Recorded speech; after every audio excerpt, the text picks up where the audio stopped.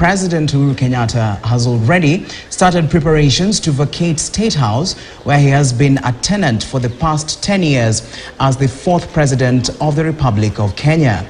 Now, as part from hosting State House employees for a farewell party at State House, Nairobi, movers have already started moving out his personal belongings, ready for an official handover to the next president after the August 9th pause. Our senior political affairs reporter Chris reports. In the next 12 days or so, President Uhuru Kenyatta will be a former tenant of State House, where he has lived for the last 10 years. It has been a beehive of activities for the president for the last 3 weeks in Nairobi, as well as in other state lodges where his belongings were being packed. On Sunday, the president hosted State House employees to a farewell party at State House, Nairobi, where he thanked them for their services. Sisi tulichukua usukani kutoka kwa wengine na tutapatia wengine, kwa sababu nchi lazima isonge mbele.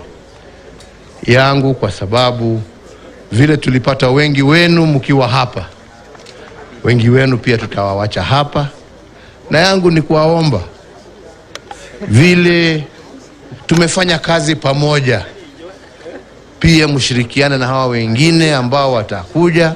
However, President Uhuru Kenyatta will be the country's third president to leave State House in style, given that his father and the founding father of the Republic of Kenya, the late Mzee Jomo Kenyatta, died while in State House, Mombasa.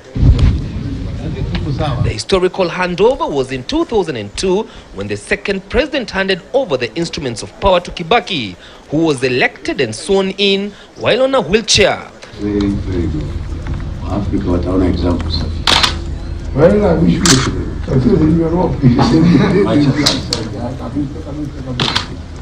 It was also the most emotional farewell, as some of the late President Moi's close allies could not hold back their tears as they bid farewell to a president who led the country for 24 years.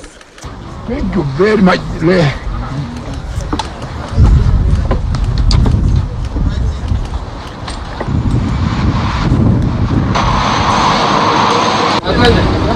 Ten years later, another handover will be witnessed when the late retired Moi Kibaki handed over power to one of the youngest presidents that Kenya has ever had. However, the only similarities in the three handovers is between President Uhuru Kenyatta and the late Daniel Moi. Both pronounced themselves on who they would like to succeed them after retiring from office, while Moi supported the current president to succeed him, only to lose to Moi Kibaki.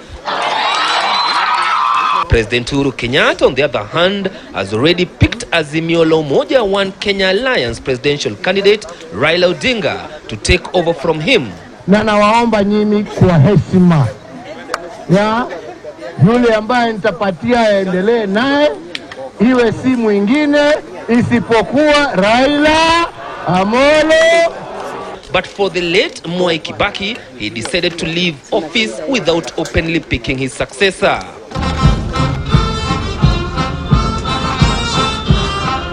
But President Uhuru Kenyatta might be forced to wait a little longer as a tenant of the house on the hill, if indeed any of the disgruntled presidential candidates move to the Supreme Court to challenge the presidential election. This only means that his stay can only be extended by a month if there will be no repeat of the presidential election. On the other hand, the deputy president is also on his exit lane at the deputy president official residence in Karen, which he has christened the Hustler Mansion.